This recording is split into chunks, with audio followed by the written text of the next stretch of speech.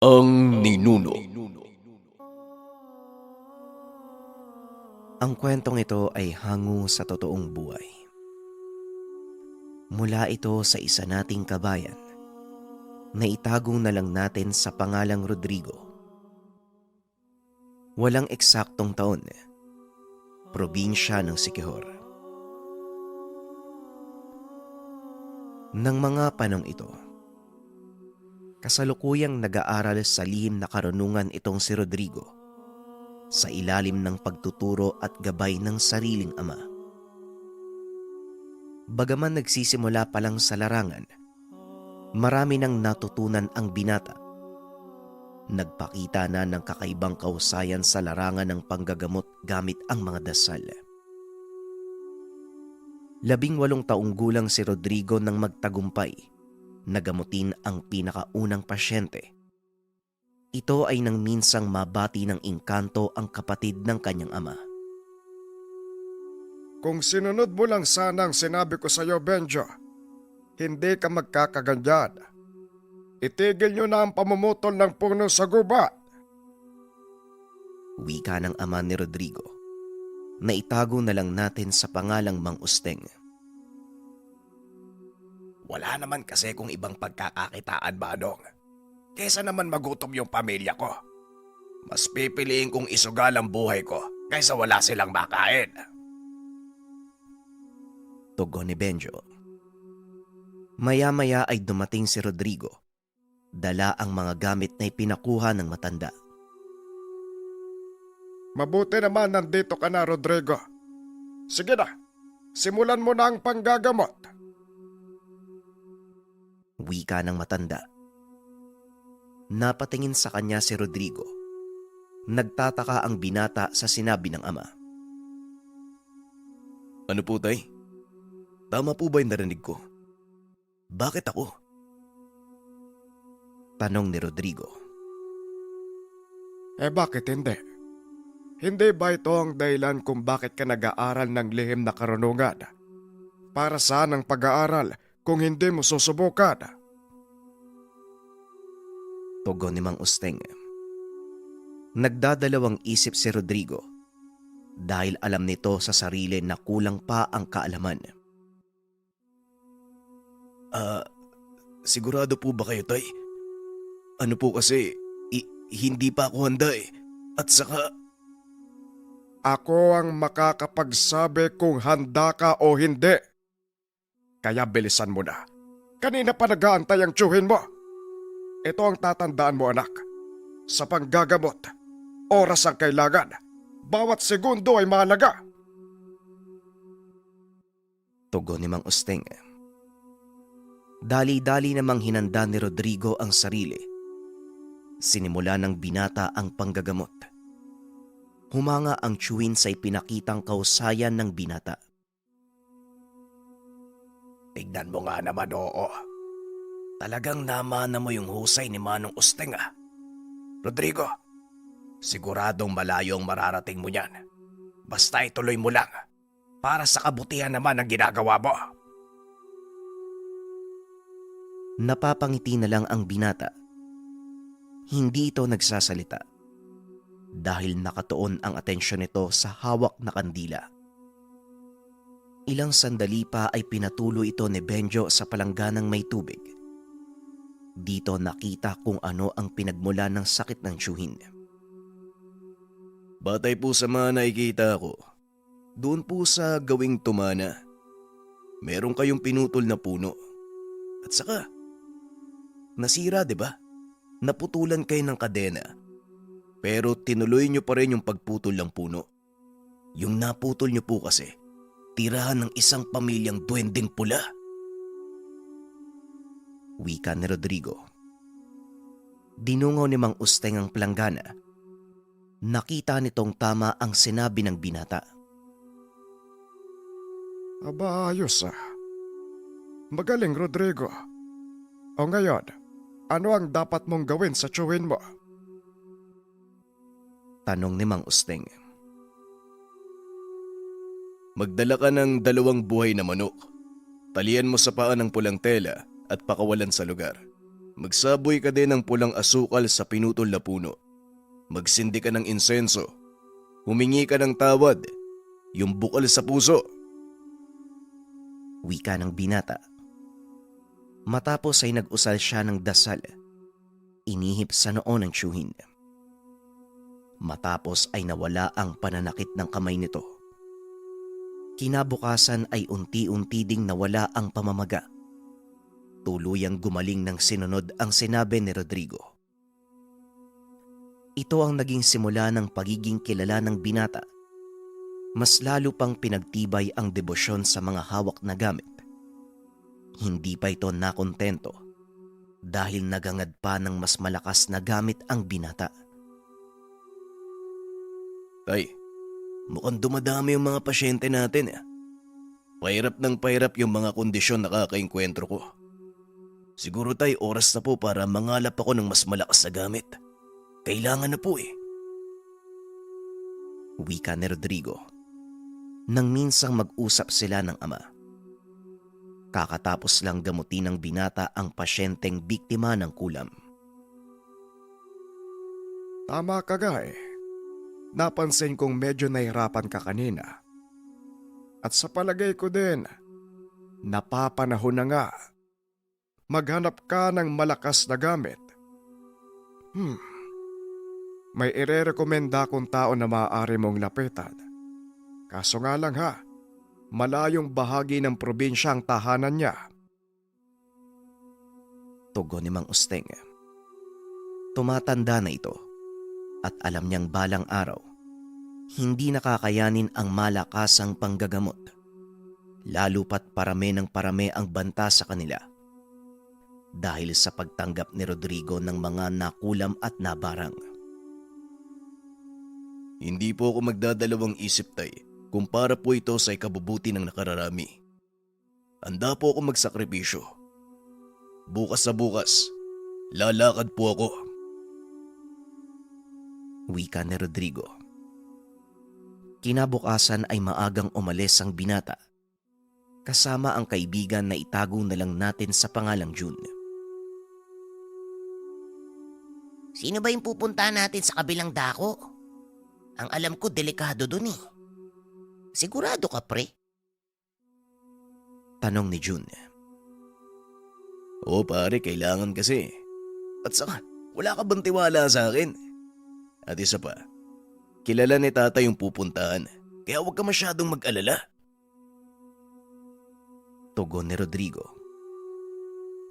Mahigit 2 oras ang biyahe papunta sa lugar. Napansin ng binatang mabundok na ang tinatahak nilang daanan. Hindi lang nito pinapahalata. Ngunit kinakabahan din siya ng mga oras na yun. Ilang sandali pa ay huminto na ang bus. Narating na ng 2 ang kanilang pupuntahan. Nandito na tayo? Oh, saan naman banda dito yung pupuntahan natin? Tanong ni June. Medyo malayo pa dito eh. Ang sabi ni tatay, kilala daw siya sa bayang to. Kaya maghanap muna tayo ng makakainan at medyo nagugutom na din ako. Doon na rin tayo magtanong-tanong. Pumasok ang 2 sa isang kainan. Medyo marami ang tao sa lugar at karamihan sa mga ito. Mga driver na bumabiyahe sa lugar at iba pang mga tendero ng produkto. Mamili ka na ng uulamin natin pare ha. Ako na yung hahanap ng mauupuan. Wika ni Rodrigo. Nag-ikot ito sa loob ng kainan. Nakakita ng mesa. Kaso nga lang, may isang matandang nakaupo. Nilapitan nito ni Rodrigo. Nakiusap kung pwede silang makiupo ng kaibigan. Walang problema. Ako lang naman mag-isa dito. Tugon ng matanda. Maya-maya ay dumating si June. Dala ang kanilang pagkain. Ayos. O ito pre, kain na. Wika ni June. Napansin ni Rodrigo na tila nangihina ang matanda. Nakapako ang tingin sa dalang pagkain ng kaibigan. Tang, kumain na po ba kayo? Tanong ng binata. Napayuko na lang ito sabay iling. Kagad namang inutusan ni Rodrigo ang kaibigan na kumuha pa ng isang plato ng pagkain para sa matanda. Nako, wag na. Nakakahiya naman. At isa pa, baka magalit ang may-ari. Bawal kasing kumain ng mga kagaya ko dito. Hindi lang ako napansin dahil maraming tao. Wika ng matanda. Hindi po kayo papalabasin yan. Ako pong bahala sa inyo. Tugon ng binata. At habang kumakain nilapitan sila ng isang lalaki, walang pagdadalawang isip na sinita ang matanda. Ilang beses ko bang sasabihin sa'yo, Tandang Hiner, na hindi ka pwedeng tumambay dito? Ang kulit mo rin, Hino. Talagang kumain ka pa. Narende si Rodrigo sa sinabi ng lalaki. Kaya naman tumayo ito at kinumpronta. Sandali lang naman po. Hindi naman nata na pagsalitaan nyo ng ganyan yung kasama ko. At isa pa, babayaran naman namin yung kinain niya. Ano bang problema? Wika ng binata.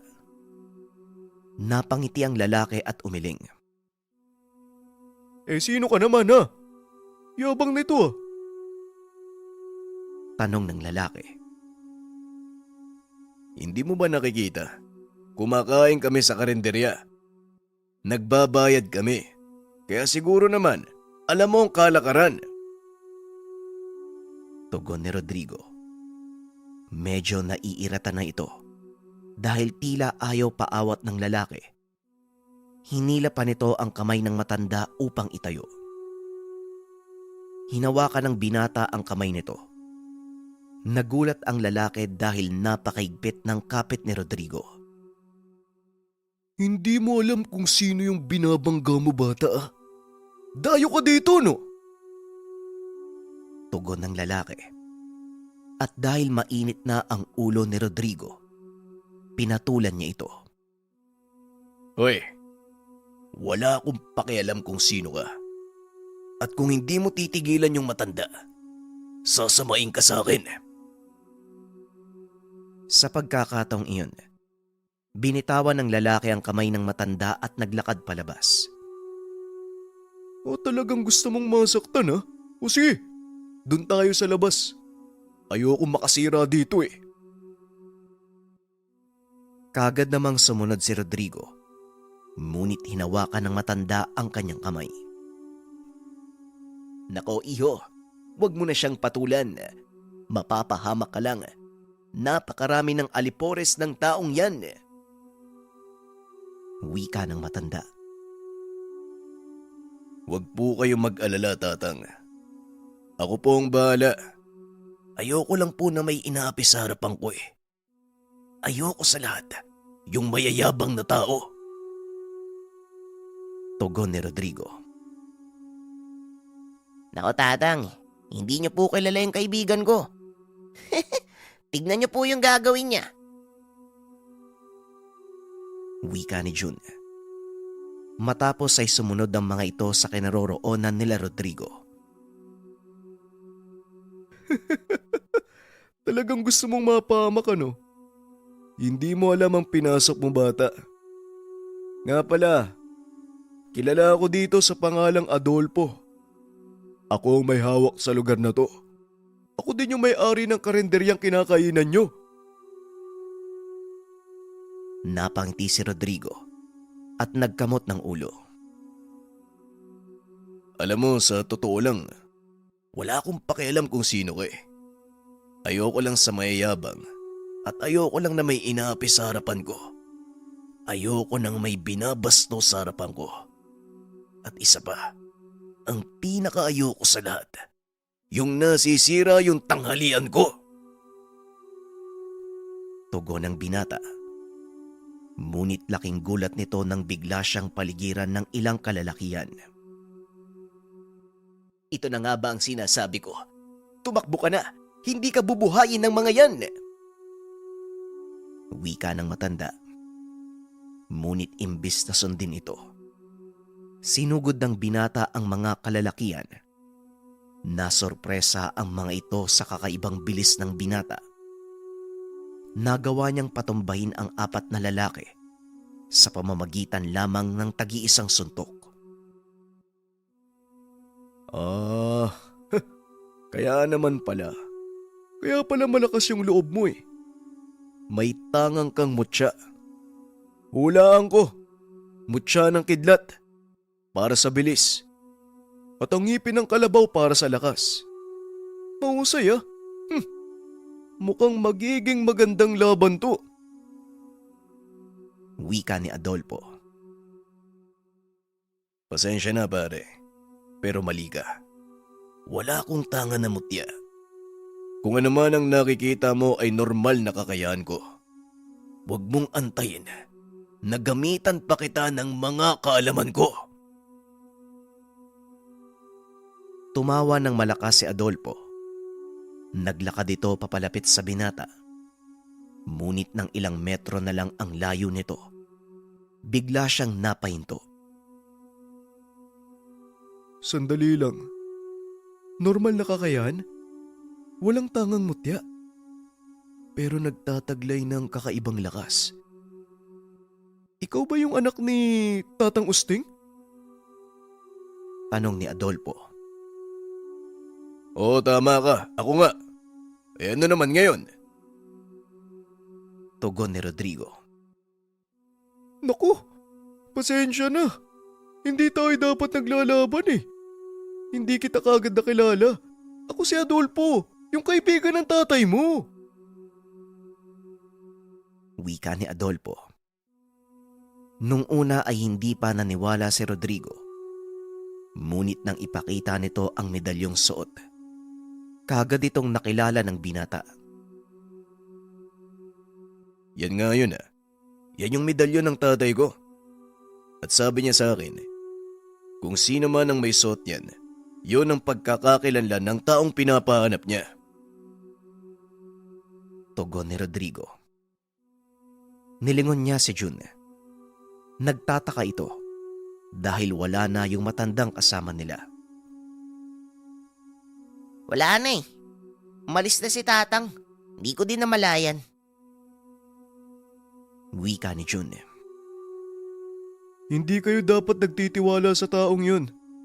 Marami na siyang nabiktima dito. At yun ang dahilan kung bakit ko siya pinapalabas sa kainan. Halika kayo. At tuloy niyo yung pananghalian niyo. Doon tayo mag-usap sa loob. Pagkapasok sa loob, pinaliwanag ni Rodrigo ang dahilan ng pagpunta. Sa totoo lang po, medyo nangihina na kasi si tatay eh. Bilang kapalit niya, kailangan ko magpalakas. Kaya isinugo niya ako dito. Sa totoo lang, hindi ko alam kung anong daratnan ko eh. Pero malaki ang tiwala ko sa tatay ko. Kaya naman po hindi ako nagdalawang isip na sundin siya. Kailangan ko po talaga ng malakas na tangan eh. Gagamitin ko po para makatulong sa iba. Wika ni Rodrigo. Eh huwag kang mag-alala, wala tayong problema dyan. Hindi ka nagkamali ng lugar na pinuntahan. Dito kami nangangalap ng iyong ama. Nung bata pa ako, kung hindi mo na itatanong ha, ang yumao kong tatay ang pinakamalakas na antegero sa lugar na to. Tugon ni Adolfo. Bigla namang naisingit ni Jun ang tungkol sa matanda. Pwede makisingit? Yung matandang kasama namin kanina, bakit kayo galit? Tanong ni Jun. Si Mang Hiner. Dati pa siyang kilalang manggagamot dito sa lugar eh. Pero dahil napakaganid sa salapi, unti-unti niyang tinalikuran ng kakayahan. Hanggang sa hindi na siya makapanggamot. Yan yung nangyari. Tugon ni Adolfo. Dagdag pa nito, dahil sa inggit, isa-isa nitong siniraan ang pangalan ng lahat ng manggagamot sa lugar. sinubukang agawin ang mga tangang gamit. Sa kasamaang palad ay wala itong nakuha. At sa pamumuno ng tatay ni Rodrigo, nagawa itong madiskomunyon. Ayon pa dito, malaki ang galit ni Mang Hener sa ama ng binata. Mabuti na lang at hindi nahulog sa patibong nito ang magkaibigan.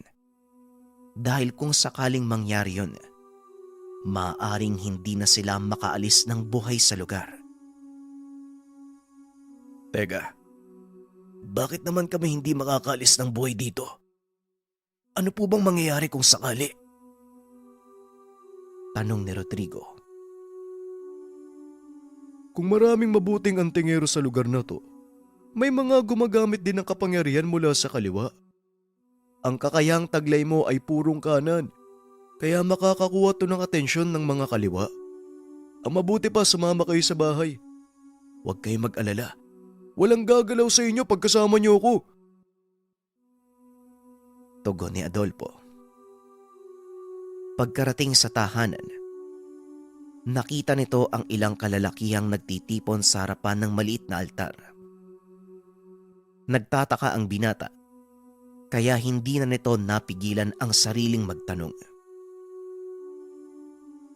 Sino po sila, Manong? At saka ano pong ginagawa nila? Huminto sandali si Adolfo. Tinawag ang mga kalalakihan. Sila ang aking mga mag-aaral. Naghahanda sila para sa mahal na araw. Tamang-tama ang dating nyo ha.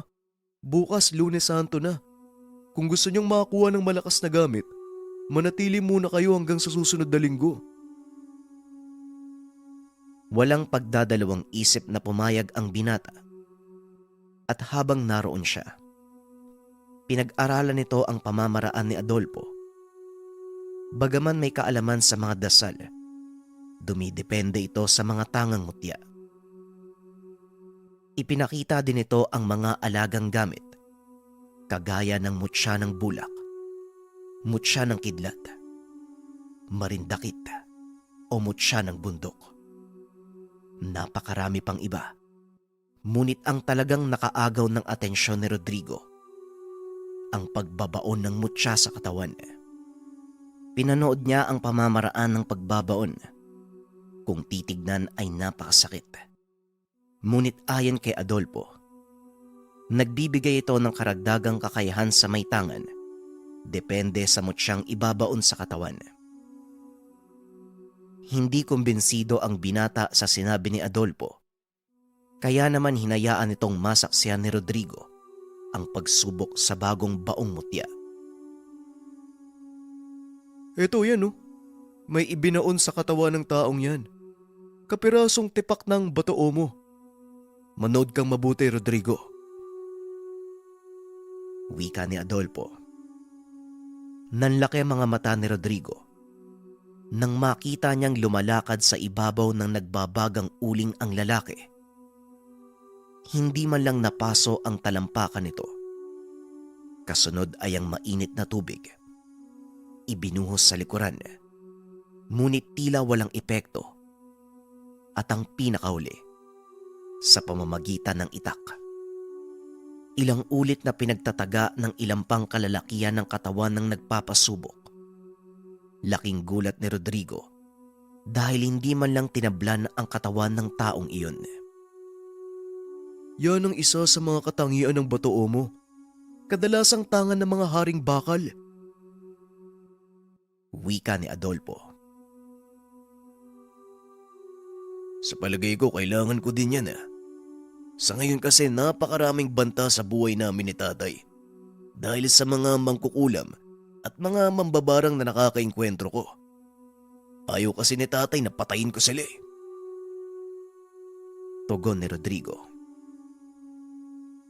Kasi yung tatay mo, talagang malambot yung puso pagdating sa ganyan. Pero sige, kung talagang gusto mo, matutulungan kita. Wika ni Adolfo. Kagad sinimula ng ritual ang pagbabaon ng kaperasong tipak ng batoomo sa katawan ng binata. At nang matapos ito, naramdaman ni Rodrigo ang malaking pagbabago sa katawan. Anong nangyayari? Bakit? Bakit ganun? Bakit parang bumigat yung pakiramdam ko? Normal lang ba to?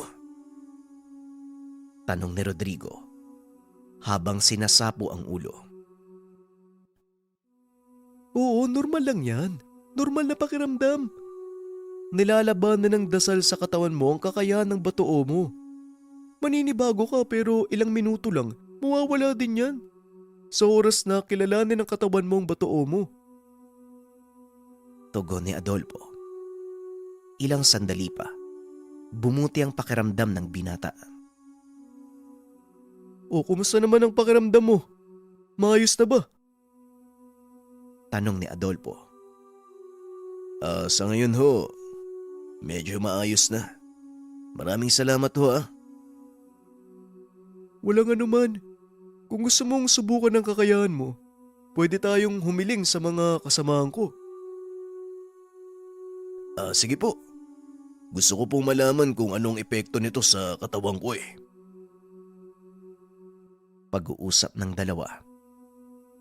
Matapos ay sinubukan ng binata ang bagong tangan. Nasorpresa ito dahil napaka-epektibo ng batoomo na ibinaon sa katawan niya. Matapos ang pagsubok, kinausap ni Adolfo ang binata. Binigyan pa niya ng ilang mutsyang pwedeng gamitin. Kagaya ng mutya ng linta, mutya ng puso ng saging, mutya ng suso, at mutya ng bigas. Tuwang-tuwa si Rodrigo dahil alam nito sa sarili na napakabisa ng nakuwang gamit. Ngunit nang pauwi na sila, saka pa lamang lumantad ang kaguluhan.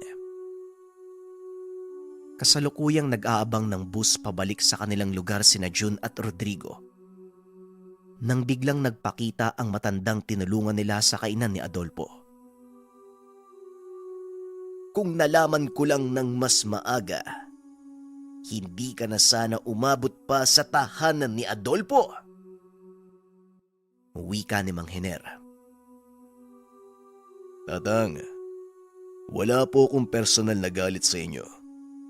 Kung galit po kayo sa tatay ko, siguro naman may sapat siyang dahilan kung bakit nangyari ito. Tugon ni Rodrigo. Wala kang alam. Masyadong pakialamero ang tatay mo. Oo, wala kang personal na galit sa akin. Pero ako, meron. Galit ako sa lahat ng kaanak at kaibigan ng taong nagtanggal sa akin ng kakayahan. Wika ni Mang Hiner. Sabay senyas. Naglabasan ang ilang kalalakian. Walang pang itaas na saplot. Tadtad ng mga tattoo ang katawan. May mga nakasabit ding medalyon sa leeg ng mga ito. Kagaya ng sinabi ko, tatang, wala akong personal na galit sa inyo. Pero kung talagang mapilit kayo at masasaktan kami ng kaibigan ko, wala akong magagawa kung hindi ang lumaban. Huwag niyo lang sana akong sisisihin sa mangyayari. Tugon ni Rodrigo.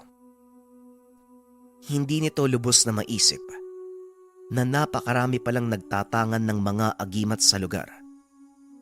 Ang buong akala niya, dahil sa modernong panahon, unti-unti nang naglaho ang ganitong paniniwala. Kagad naglapitan ang mga kalalakian. Kinuyog ang magkaibigan. Sinabihan ni Rodrigo ang kaibigang wag lalayo sa kanya. Kanya-kanyang sugod ang mga kalaban, ngunit nagagawang iwasan ng binata ang mga atake.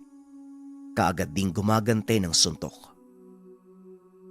Sa kabila ng napakaraming bilang ng mga ito, nagagawang makalamang ng binata sa laban. Napabagsak na nito ang ilan sa mga kalalakian, ngunit napakarami pa rin ang naiwan. Jun, sa oras na makahanap ka ng pagkakataon, tumakbo ka sa kainan ni Mang Adolfo. Humingi ka ng tulong. wika ni Rodrigo. Nang makakita ng pagkakataon, mabilis na tumakbo ang kaibigan papunta sa karinderya.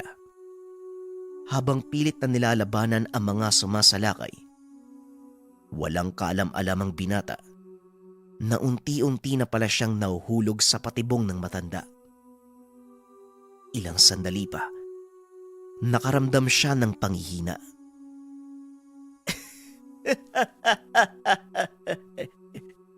Nararamdaman mo na ba ang epekto ng lasong dasal na ibinato ko sa iyo? Huwag kang mag-alala. Wala kang mararamdamang sakit o hirap.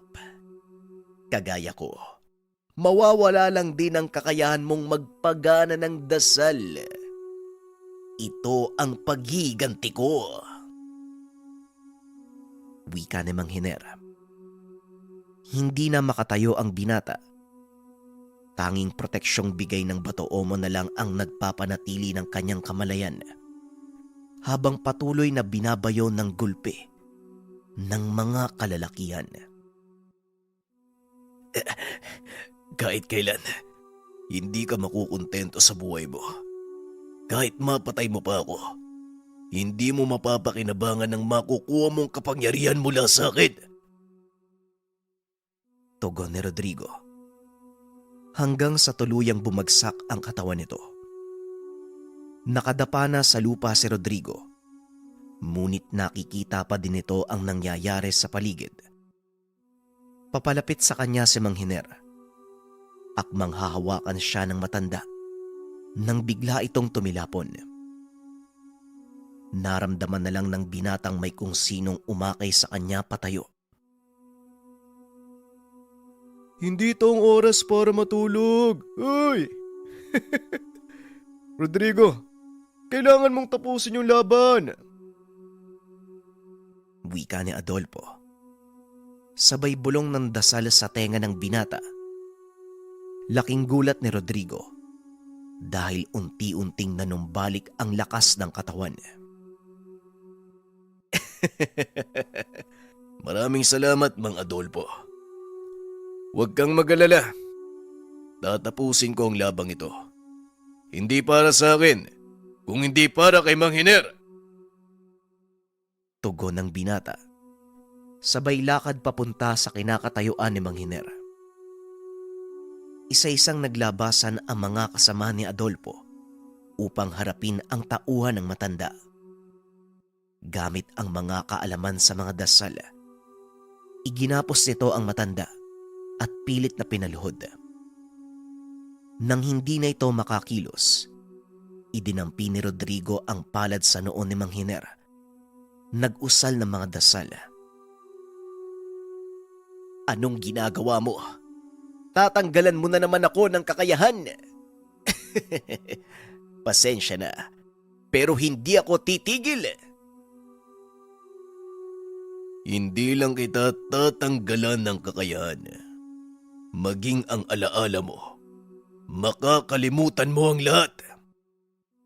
Simula nang matuto ka sa lihim na karunungan, hanggang sa araw na ito. Walang nagawa ang matanda dahil hindi nito makalas ang dasal na ibinalot sa kanya ng binata. Hanggang sa tuluyang natapos ni Rodrigo ang orasyon. Sa isang ihip, nawalan ng malay si Mang Hiner. Biglang kumalma ang paligid.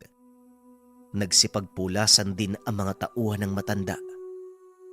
Nakainga ng maluwag si Adolfo dahil alam nito na tapos na ang kaguluhan. Tuluyan ng natuldukan ang pagigante ni Mang Hiner. Hindi lubusang akalain ni Rodrigo na mararanasan niya ang ganitong pangyayari. Ngunit kahit papano, natuto siya ng malagang aral. Walang maidudulot na maganda ang pagigante. Matapos ang kaganapan, umuwi ang binata sa kanyang ama. Ikwenento ang nangyari. Hindi to makapaniwalang nagawa iyon ni Mang Hiner dahil ang buong akala niya, patay na ito. Ngunit sa kabila ng masamang karanasan, Masaya si Rodrigo dahil alam niya sa sarili na hindi siya nag-iisa. Napakarami niyang kagaya na nag-aaral ng lihim na karunungan. Minsan niyang napatunayan ang bagay na ito nang mapunta siya sa baryo ng mga antingero. Ang kwentong ito ay hango sa totoong buhay. Mula ito sa isa nating kabayan na itago na lang natin sa pangalang Elmo.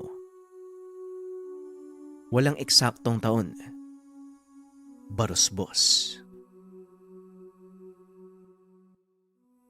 Anak, oy. Saan ka na naman ba pupunta? Oy, Niba. Alam mo ba to? Etong anak mo aalis na naman, no? Wika ni Tatay Tiban. Oo, Tiban. Nung nakaraang linggo pa yan nagpaalam sa akin eh. May gaganapin daw na jamboree sa Conception. Lahat ng mga Boy Scout, pupunta daw doon. Alam mo na, kailangan nila ng magandang lugar para sa pagtitipon. Hayaan mo na yung anak mo. Tugon ni Nanay Niba. Bakit naman kasi doon pa?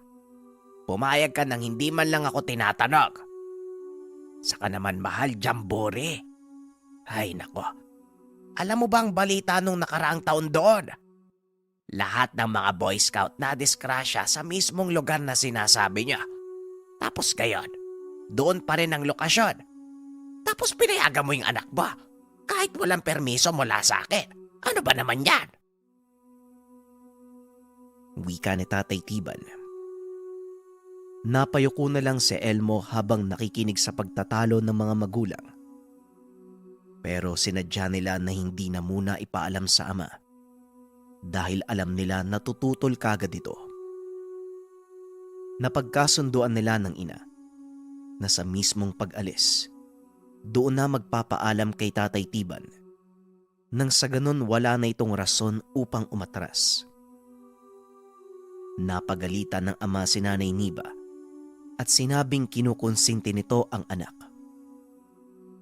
Pero ayon sa ina, kailangan ng anak na maranasan ang mga ganitong kaganapan nang sa ganon mahasa ng bata ang mga abilidad, lalo na sa pakikisama sa ibang tao. Pero para sa ama, may iba pang mga pagkakataon at panahon sa pakikipagkapwa-tao. Hindi lang sa ganitong aktibidad, maging sa ibang mga lugar at organisasyon.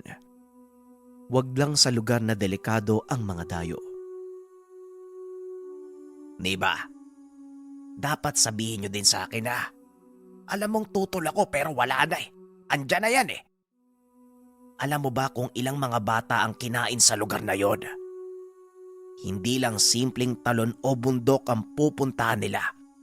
Lugar yon ng mga engkanto na halos taon-taon nangunguha ng buhay ng mga bata. Kung ayaw niyong makinig sa akin, o sige, kayo ang bahala. Pero wag niyo kong sisisihin kung may mangyaring masama sa anak natin. Wika ni Tatay Tiban. Tay, wag naman po kayo magalit. Ayoko po nag-aaway kayo ni nanay. Hindi naman po kami magtatagal dun eh. Pangako po, babalik po ko ng ligtas at maayos. Naiintindihan ko na para po sa akin yung sinasabi nyo. Pero po tay, kailangan ko pong maranasan to. Lalo na po sa pagtanda ko. Kailangan ko pong kayanin yung mga gantong bagay. Natigil sa pagsasalita si Elmo nang sumingit ang ama. Wala na ba akong karapatan na pigilan ka? Anong malaki ka na? Ilang taon ka pa lang eh. 13 anyos ka lang. Tapos gusto mo nang maranasan yung kung ano-anong bagay. Kahit nga ultimo pagkain mo, kailangan mo pa ang nanay mo. Tapos ganyan. Huminga ng malalim si Tatay Tiban. Alam niya na kahit anong sabihin ng mga oras na yun, hindi na magbabago ang isip ng anak. Maging ang asawa, Ramdam ni Tatay Tiban na tila nanlumo ito nang nasigawan niya. Sa kabilang banda, bukod sa buo na ang pasya ni Elmo, nakabili na ito ng mga kagamitan para sa gagawing pagtitipon. Bago makalis ang anak, naglahad muna ang ama ng mga bagay na hindi dapat gawin ng bata. Ang una, huwag maliligo sa talon kahit anong mangyari. Huwag din sasali sa mga gawain na gagawa ng ingay sa lugar. Kung susundin niya ni Elmo, paano siya makikiisa? Parang ganun din eh. Sumama siya, pero parang hindi din siya kasama. Wika ni Nanay Niba. Ayos lang po, Nay. Tatandaan ko po yun, Tay, para pumapanatag ka. Alam ko naman po na para sa kapakanan ko lang po yung sinasabi nyo eh.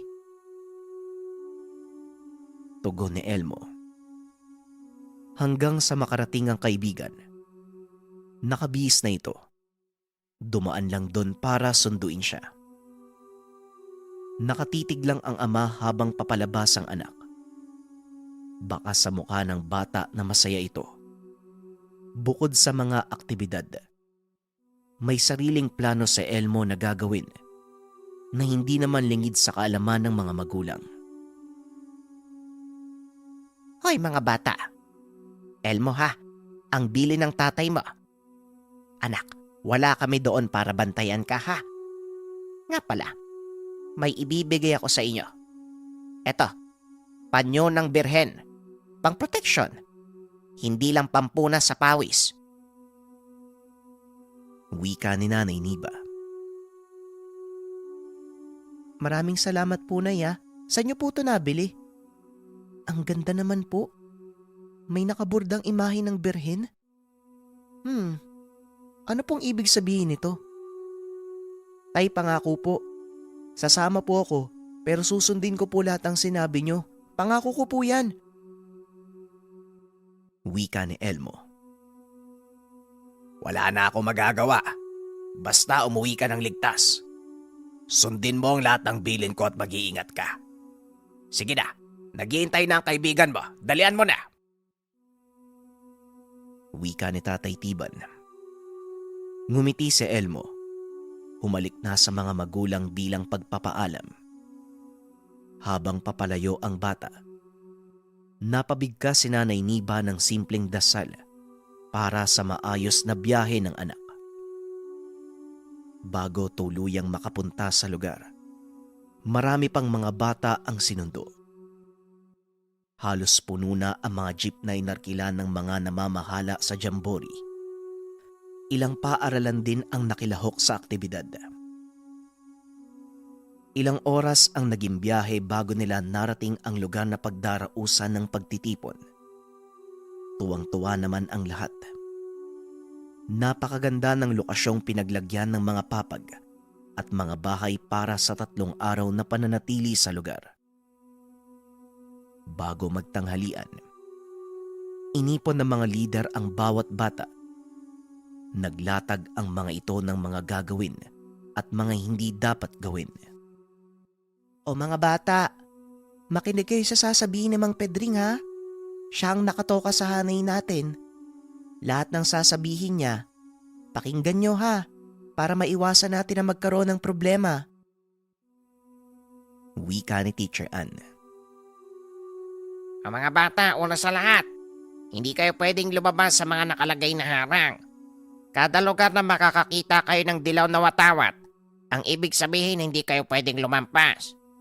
At syempre, hindi kayo pwedeng pumitas ng kahit anong halaman sa lugar para maiwasan ang problema. Magtatanong muna kayo sa akin na, o hindi kaya kay Teacher Ann, bago kayo gumawa ng kahit anong bagay. Wika ni Mang Pedring. Sumang-ayon ang mga bata, maliban sa kaibigan ni Elmo na si Jerry. Para itong may diferensya sa pagsasalita. Mahina ang pandinig. Ganun pa man, nakikitawa ito kapag may nakikita na masaya sa mga kasama. Sa kabilang banda, Tila wala itong naintindihan sa lahat ng sinabing alituntunin ng matanda. Ramdam ito ni Elmo, lalo pat napansin niya na iba ang ginagawa ng kaibigan. Naging alerto naman si Elmo sa pagbabantay kay Jerry dahil baka merong masamang mangyari sa kaibigan. Sa kasamaang palad, kahit anong paliwanag na ang ginawa ni Elmo, ayaw siyang pakinggan.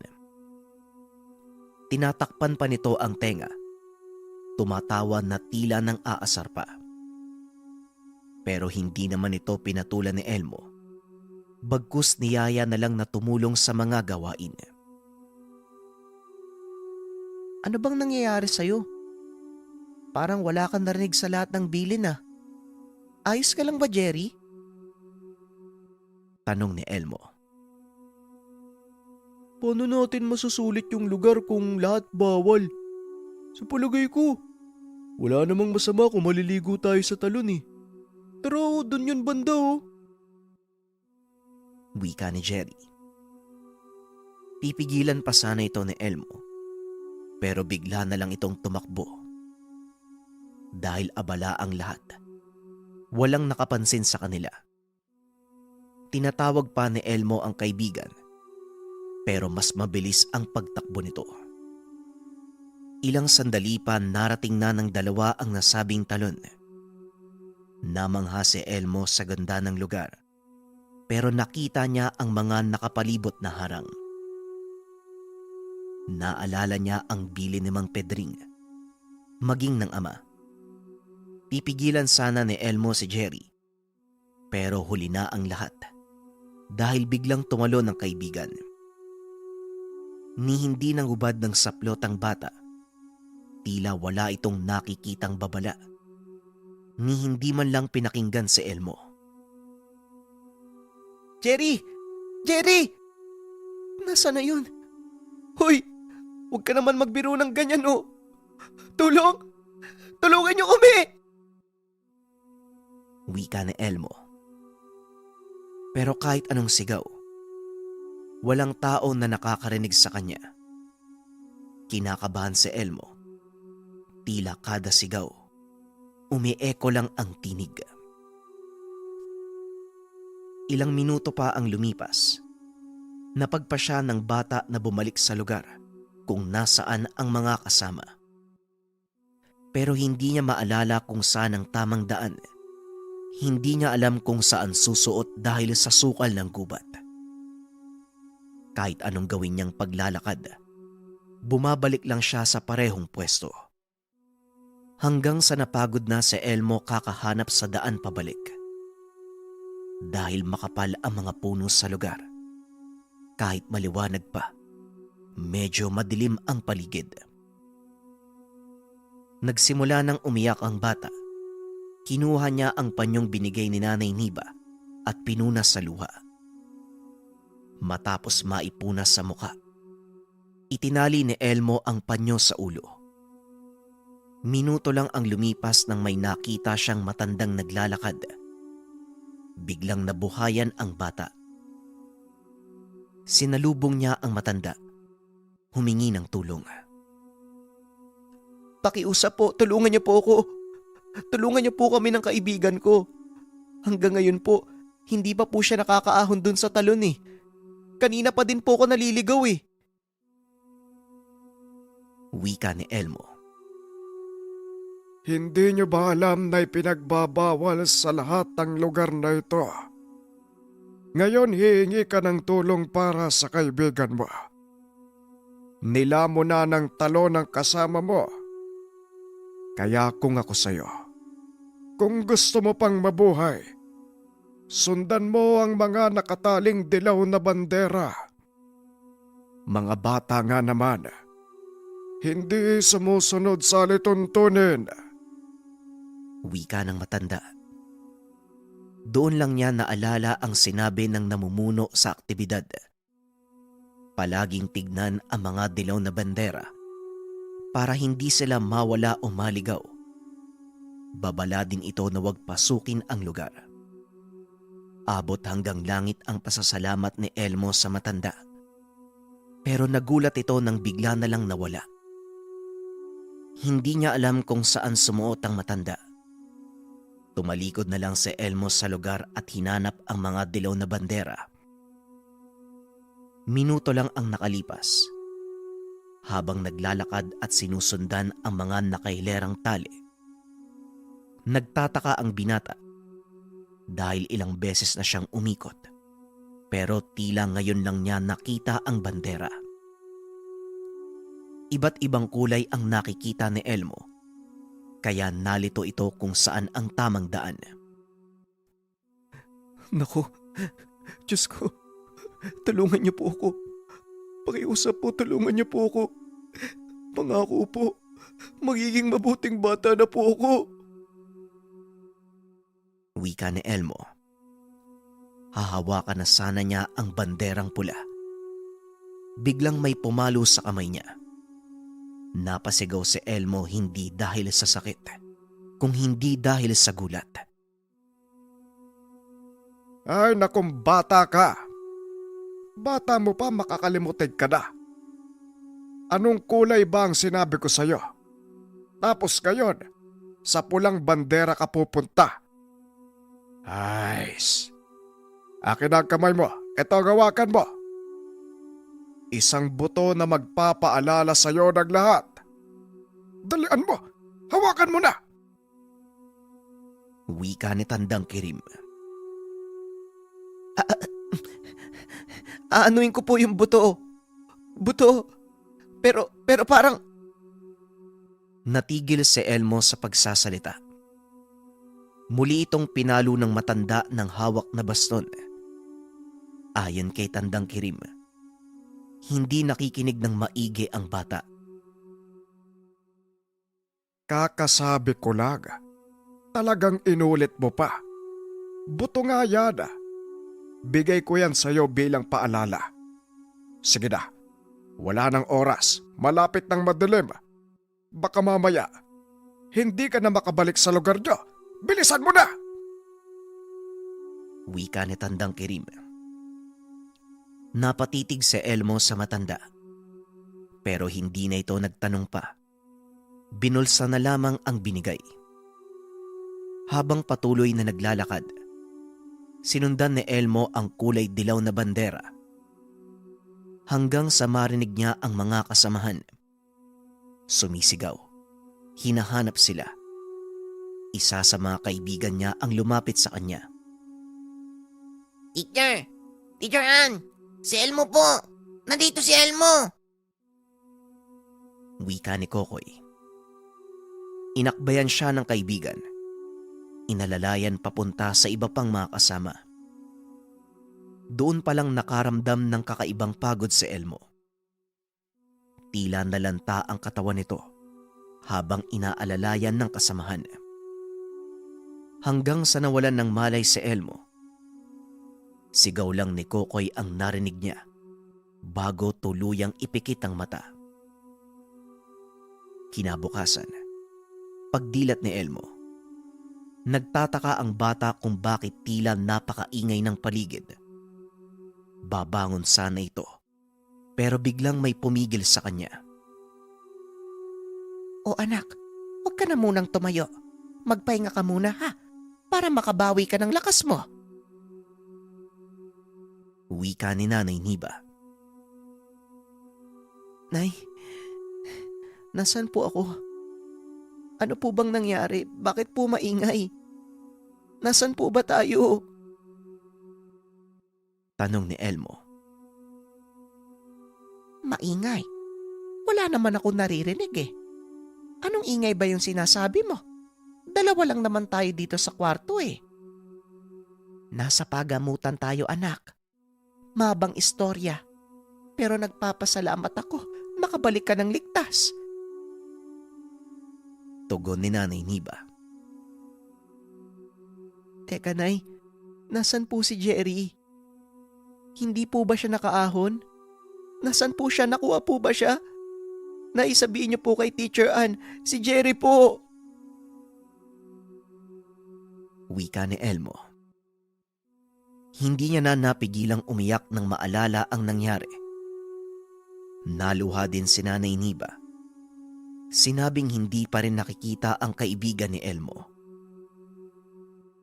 Dagdag pa ng ina. Ginalugad na ang lahat ng lugar pero hindi talaga natagpuan si Jerry. Nanalangin na lang ito. Nagpapasalamat na ligtas si Elmo. Hanggang sa tuluyan ng makauwi ng tahanan ng bata. Pero mula nang mangyari ang insidente, maraming nagbago sa buhay ni Elmo. Kapag nagigising, palagi siyang nakakarinig ng ingay. Palaging takot. Hindi naman malaman ng mga magulang kung saan ito natatakot o kung ano ang naririnig na ingay. Ilang araw na ang lumipas matapos ang nangyari. Hinanap ni Elmo ang buto na ibinigay sa kanya ng matanda bago makabalik sa pwesto ng mga kasamahan. Eto ba ang hinahanap mo? Anong klase bang buto ito, anak? Saan mo ba nakuha yan? Mukhang kakaiba eh. Sinubukan ko pa yung pukpukin eh. Ang buong akala ko ginto. Pero wala namang nangyari. At saka hawakan mo, anak. Tignan mo, pakiramdaman mong maigi. Ay parang nangungusap. Parang umiinit. Wika ni Nanay Niba. Hindi ko din po alam na eh. Bigay lang po sa akin ni Tandang Kirim. Yung matandang nagligtas po sa akin.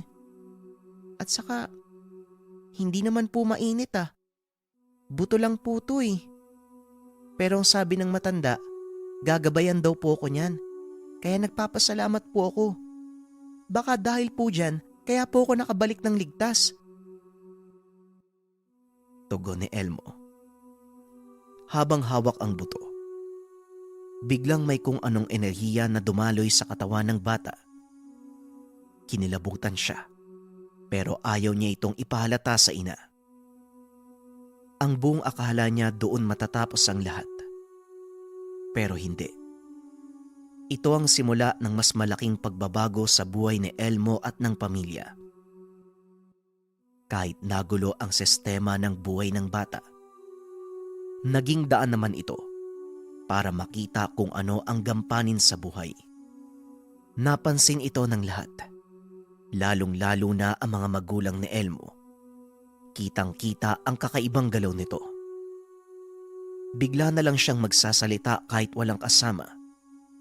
May oras din na bigla na lang itong nananamlay. Bahal, parang hindi na siya si Elmo yung anak natin. Hindi sa paninisi Alam kong gusto mo lang na maging masaya ang anak mo. Pero ano nang gagawin natin sa kanya ngayon? Ilang araw na siyang tulog Kung gumising man, parang wala naman sa sarili. Wika ni Tatay Tiban. Parating na si Mang Ambo. Patawarin mo ko kung ganito yung nangyari sa pasya ko. Pero panalangin ko, mailigtas si Elmo. Hindi ko rin naman gusto yan eh.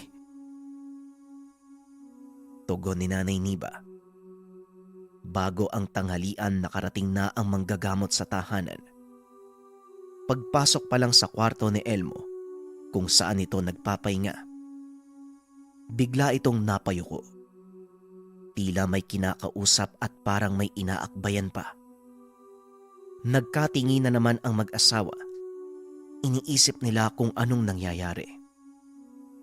Maya-maya pa, biglang tumawa ang albularyo. Tila tuwang-tuwa sa mga nakikita. Papasok na din sana si Tatay Tiban sa kwarto, pero inawat siya ni Nanay Niba. Hayaan mo na muna siyang matapos. Ramdam ko, magiging maayos na ang lahat, Tiban. Magtiwala lang tayo. Magdasal tayo. Wika ni Nanay Niba. Napakalma ni Nanay Niba ang asawa. Kaya nanatili na lang silang nakamasid habang sinusuri ni Mang Ambo si Elmo. Ilang sandali pa ang lumipas. Lumabas si Mang Ambo na maaliwalas ang muka. Hinayaan na muna nila si Elmo sa kwarto. dinala ng mag-asawa sa kusina ang albularyo para makausap. Habang nagkakape, doon pinaliwanag ni Mang Ambo ang lahat ng nangyari. Ipanatag niyo ang kalooban niya. Maayos na si Elmo. Pero nasa kanya kung tatanggapin niya ang gampaning ibinigay. Kung nagtataka kayo kung bakit nakakatulog siya ng ganong kahaba, dahil wala siya ngayon sa mundo natin. Naroon siya sa kabilang dimensyon, sa mundo ng mga engkanto. Si Elmo ang napili nila para maging tulay. Hindi para makapaminsala, kung hindi para makapanggamot kagaya ko. Ang kagandahan lang, mas malakas siya kung ikukumpara sa akin. Pero marami siyang kailangang matutunan para magampanan ng maayos ang responsibilidad. Kung papayagan niyo, gusto kong gabayan ng bata. Tumulo ang luha sa mga mata ni Nanay Niba. Pero sa kabilang banda, nagpapasalamat pa rin ito dahil maayos ang anak. Ganon pa man, nagtiwala ang mag-asawa na matutulungan ni Mang Ambo ang anak, kaya tinanggap nila ang alok nito. Sa kasalukuyan, naging tanyag na manggagamot si Elmo dahil sa pag-alalay at sa gabay ng mga engkanto. Tinulungan niya ang mga nakapalibot sa kanya. Naging tagapagpamulat din si Elmo sa mga taong hindi naniniwala sa kakaibang bagay sa pamamagitan ng kakayaang ibinigay sa kanya. Naibabahagi niya ito ng maayos at may kabuluhan. Bukod pa dito, nakapagtapos si Elmo sa kursong guro, kaya naman mas maraming nagtiwala sa kanya. Bukod sa pagbabahagi ng kaalaman, nakapagbabahagi din siya ng kagalingan sa taong bayan. Magandang araw, JD. Meron ka bang bracelet na pampaswerte or pampaswerte kapag tumataya ka? Shoutout kay Jennifer Santos para sa message na to. Meron tayong spiritual bracelet kandili. Suot ko ngayon yung version 1, mga kabayan. Ito siya, version 1 natin. At ito naman yung version 2. So mga nagtatanong, anong difference ng version 1 and version 2? Design lang, mga kabayan. Personally, mga kabayan, dalawa yung meron ako nito. Sinusuot ko siya kapag meron akong malaking meetings. JD, anong mas gusto mo sa dalawa? Depende. Yung version 1 kasi, kapag gusto ko yung simple lang, kasi hindi masyadong nag-standout yung design niya. Kapag naka-t-shirt lang ako, tapos simpleng damit lang, pero swerte, version 1. Pero kapag gusto kong nag-standout talaga yung itsura ko, ang ginagamit ko itong version 2, kitang-kita naman sa design kung gaano siya kaganda. Ano naman yung bisa nito, JD? Kung familiar kayo sa piyaw, ganun din yung bisa nito, pampaswerte sa lahat ng aspeto. Ang kaibahan nga lang, mas mabisa to kasi binasbasan to ng mga antingero. At same time, meron tong kasamang dasal at syempre mas mura to ng 100% compare sa piyaw. Sa lahat ng interesado, nariyan ang link sa comment section or mag-message lang kayo at merong sasagot sa inyo. Maraming salamat. Ang ninuno. Ang ninuno.